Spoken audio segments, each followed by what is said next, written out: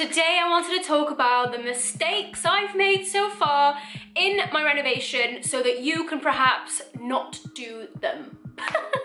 As simple as that. This is a how to not make the same mistakes as me video. So I want to start with patience. Now this is a word that will be on my gravestone as Meg had no patience, because I do not have any patience whatsoever. I have relentlessly pushed the boundaries and tried to get things done in a quick time frame because I'm impatient and ending up the actual job. So I'll give you an example of this so that you kind of understand what I mean.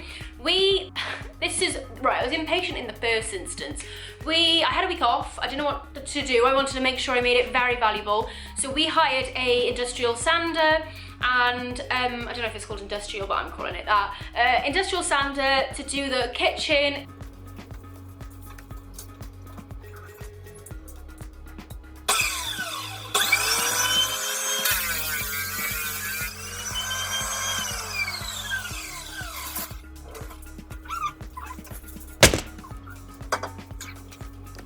At the same time, we had hired builders to come in.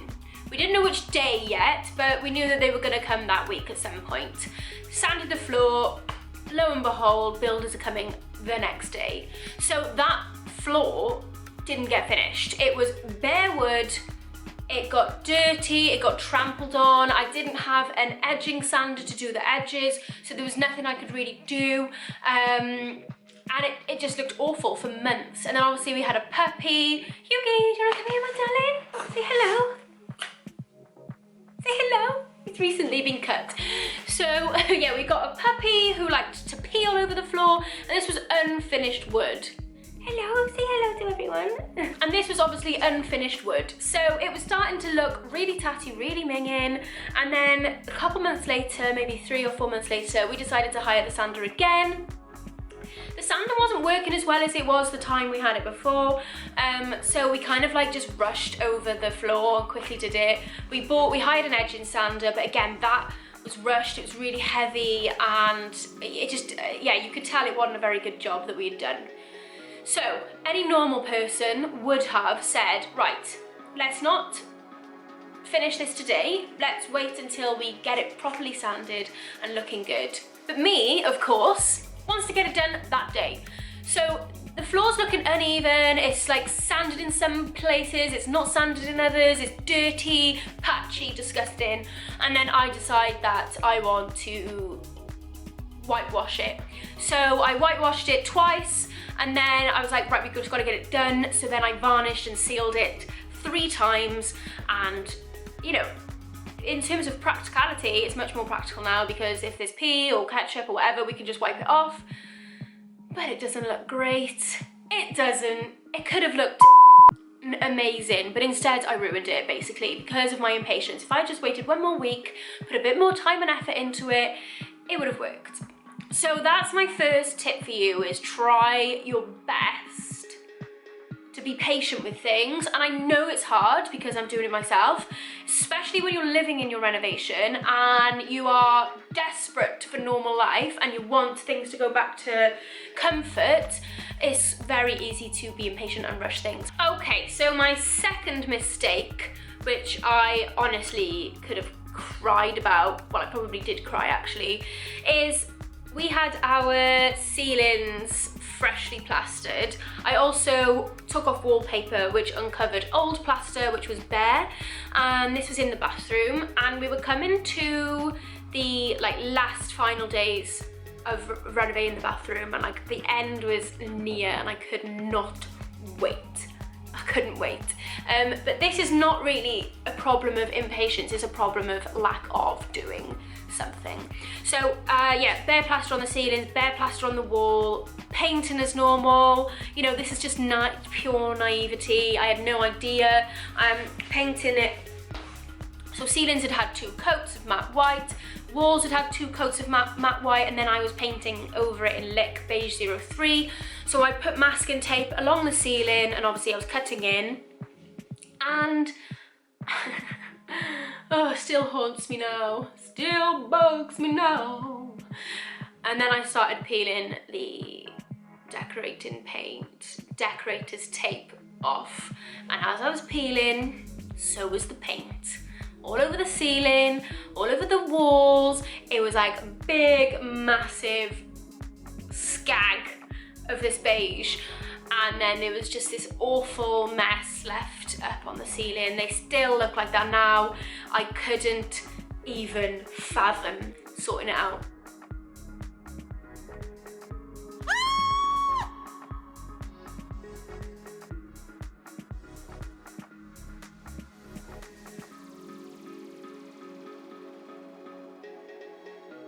Guys, honestly, what did I do in a past life to deserve this? I can't even cope. We're just so close to finishing the bathroom. I go to take off the masking tape and this is happening. I just can't even. I just quickly painted over it again, and I just carried on with my life. I couldn't even. I was honestly like, can't believe this is happening to me. I know I'm so dramatic. The problem, we didn't mist coat the walls. If you like these type of videos, then please subscribe to my channel and let me know in the comments if you have. Just write subscribe and I'll reply to you as soon as I can. And yeah, let's get the conversation going. And like, I think my plumber had briefly told me that I needed to mist coat the walls, but I had no idea what that meant. I just thought it meant like, yeah, put an undercoat of white. So that's what I did.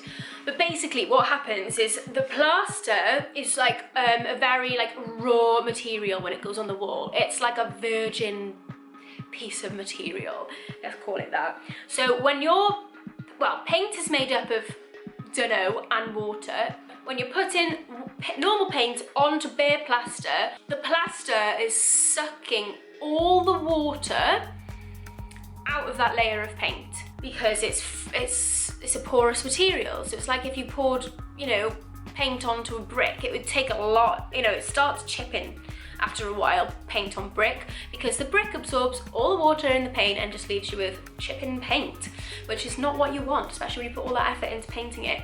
So what you've got to do is this thing called mist coating, which is it's such a messy job, and like I can see why people wouldn't do it and just skip it because it is so annoying. But you need to mix 1 part water with what I learned from YouTube is 1 part paint. So you've got 50% water, 50% paint, and you paint your whole walls with that twice before you even think about putting your actual paint on. This way the plaster absorbs 50% of water, which allows, so obviously you put in a lot more water on the walls then, so then the plaster will absorb some of it and then keep some of it in the paint. And then, you know, you do get a good coverage actually, like it does go white, but can't stress the importance of that. What a mistake. And I learned the hard way and I'll never do it again, and it makes me cry thinking about it, because the bathroom reno had been like the longest one because we only have 1 bathroom and shower. Okay, the third mistake I've made is I used to be a buyer. Yeah, would you believe it? And we used to have to go and get 3 quotes for everything to make sure that we were getting the best value for money. So not just always the cheapest, but making sure that, you know, what they're offering, the aftercare or whatever, you know, is worth the money. Because sometimes you might pay a little bit extra, but you prefer the finishing touch, for example. But what we did, because of my impatience, we just went with kind of like the only people that would give us a quote. So when we had a quote for the bathroom, it was astronomical. We should have got another one and then another one, but instead we took on the whole project management ourselves, and we still ended up spending way too much, and I mean way too much, on the bathroom, which kind of blew our budget completely out of the park. But if we had just gone for 3 quotes, we definitely could have found someone who could have done it for us. It's just that the bathroom was minging and I was desperate to get a new bathroom, well, shower room. But again, that's another thing of my impatience. But the main point here is get 3 quotes, even 4, 5. Get as many quotes as you can. Okay, and then a couple, well, my next one is, we have a shark Hoover, and it was expensive, and I used it on a lot of the renovations. So when I was sanding down the Gyproc light, when I was sanding down your plaster, the fireplace.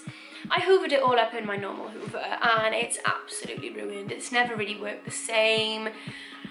Could have just bought an industrial hoover for 50 quid from Screwfix. So if you are doing a renovation, then buy an industrial hoover. I recommend it so high. And then the next one is delaying buying the right tools. So there have been many occasions where we've been trying to do a job, it's not going well, and you know, we spend so much energy messing it up that if we had just gone 3 days ago to buy the right tool for 60 quid, the job would have been so much easier, so much quicker, so much tidier, so much more professional.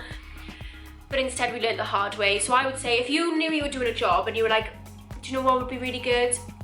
Is a miter saw, you know, an electric one, because we saw that guy on YouTube using it and it was so easy.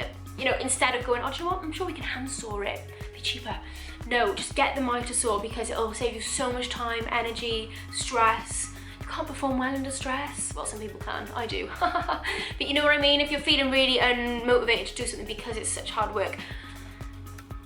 And the good thing about tools is you could buy a miter saw for 60 quid and you might think, right, I'll never use this again, even though you probably will. You could pop it on Facebook Marketplace and get like 75% of your money back. Do you know what I mean? There's just things you can do like that. I've got one little word more, and that is to, honestly now, I know this sounds stupid, but commit yourself to wearing your crappy clothes. I have ruined so many nice leggings, so many nice like gym leggings, gym tops, hoodies, even like nice jumpers from doing the reno and literally just thinking, oh, I'll be fine to like quickly paint this, or I'll be fine to do this really quickly, or this or this or this in an outfit that isn't for DIY. So if you can commit yourself to one outfit, just a black t-shirt, a black pair of leggings, or whatever you wear, then you need to commit yourself to go and get change into that outfit. Anyway, thank you so much for watching, and I'll see you in the next video.